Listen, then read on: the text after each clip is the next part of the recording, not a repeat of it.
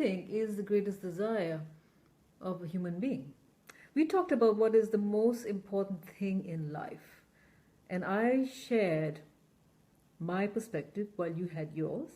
I spoke about growth being the overriding most important thing in life and how that is linked to our purpose. Now, this question here is, what is the greatest desire of a human being? This is a slightly different. Hi, Ravi. Okay? So, could you type down in the comments before we start? What do you think is the greatest desire of a human being? When I say human being, I mean both men and women. Okay? Now, those who don't know me, I am an author of the book Through the Golden Door. I'm also a futurist, technologist. Futurist is if I look into the future, I have futuristic concepts, and I bring into the now. A technologist is my background for close to 2 decades. And I am a speaker, as I'm now, and I run a forum, okay, which is done monthly. So, is everybody's ready? Okay, what is the greatest desire of a human being? We'll start now. And I want you to ask yourself, what is your greatest desire? And type it down. Okay? Yes, Ravi, thank you very much. All right, we will start now. Thank you. I hope you've all had a great weekend. Okay, so what is the greatest desire of human being? What I want to share is that we have purpose, one thing, the most important thing in life. We have the desire to be loved, both men and women. And I would say by default, when I'm asked that question, I would say, my desire is to be loved. And some would say a great desire for them is to be famous or to be popular. In a way, that's popularity is linked to love. Then wealth is another perspective of it. But I would say, what is this greatest desire of human being in this lifetime? And why is it so much that's so inbuilt within us? I'll give you one hint from my perspective. Okay, look at the people who do not know their parents or have not, or are, I would say, adoptees or orphans. They find that even if they have everything in their lives, they would probably spend their whole life trying to find out who their parents are. And whether it's adoptee or an orphan, or yes, they would spend their whole life trying to find out who their parents are and also try to figure out whether their biological parents have the qualities of their biological parents, whether they are great people, whether they are rock stars in some way in their field. There is this fantasy about our parents. So no matter how much they have, they will be searching and searching for what their parents look like, their biological parents look like, or what kind of qualities they have, and so on. So I was reflecting on this, and I was looking at my own parents, and I was trying to figure out the time when I was feeling empty.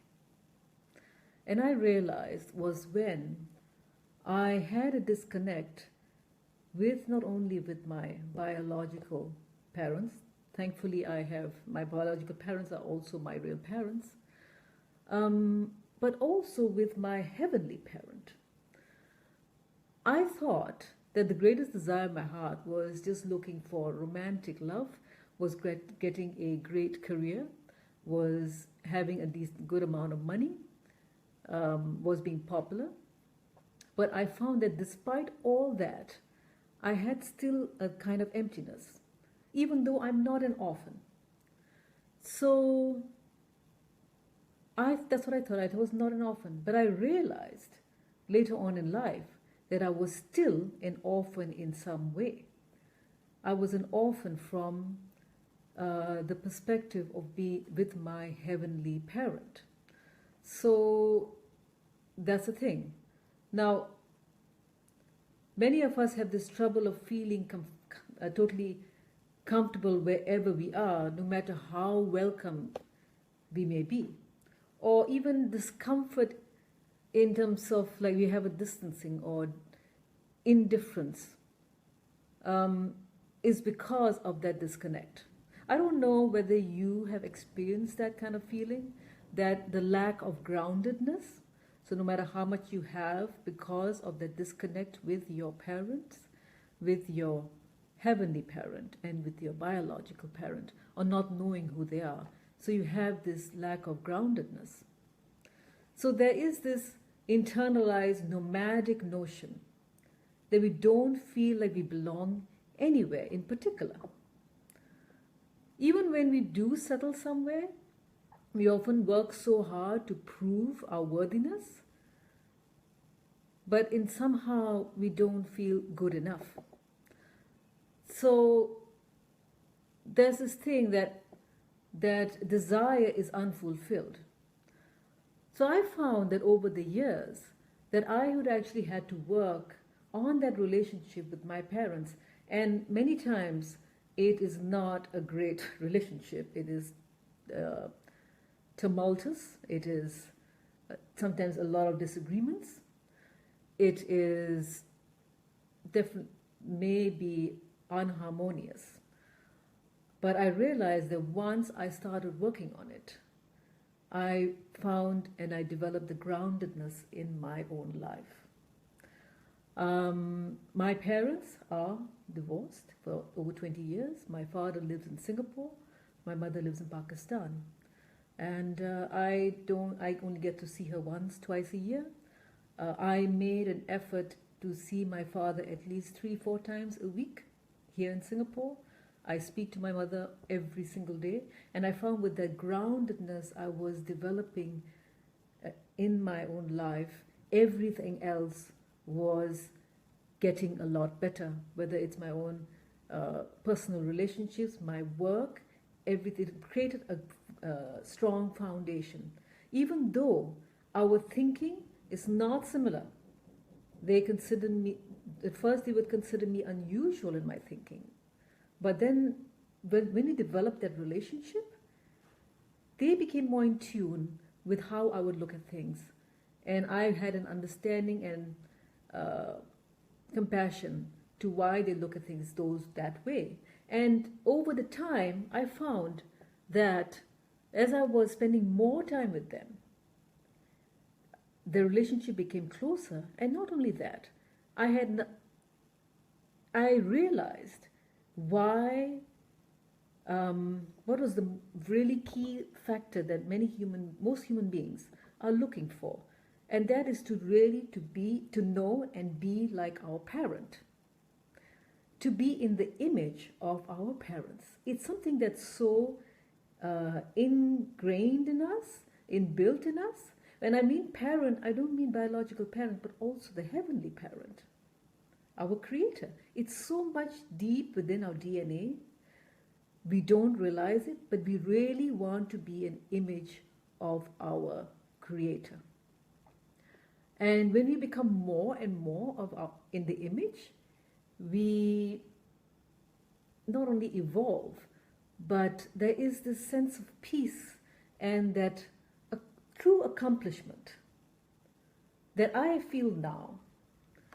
I have never spent so much time with my biological parents as I had now than before. And the same thing with my heavenly parent.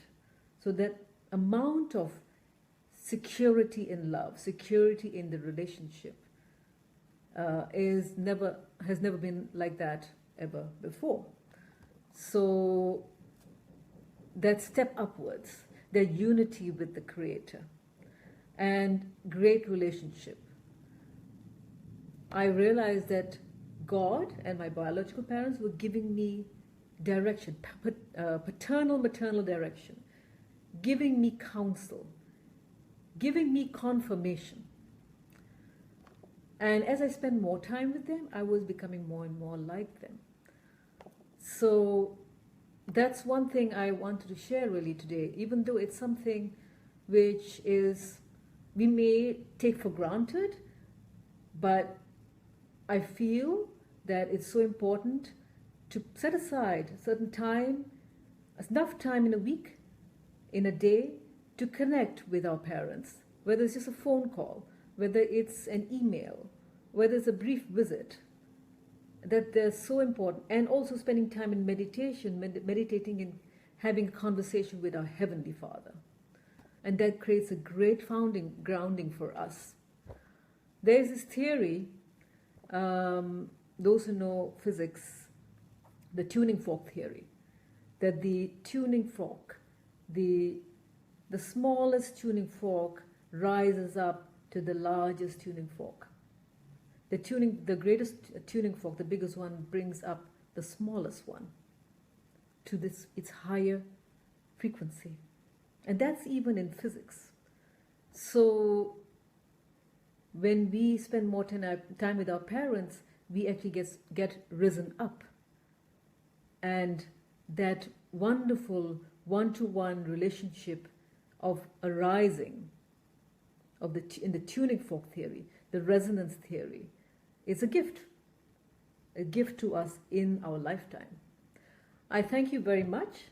This is Tahira Amir Khan, my website, tahiramirkhan.com, and my YouTube channel. Stay tuned for part 2, where I'll talk about the law of circulation, which is spoken about in my book, Through the Golden Door. Thank you very much.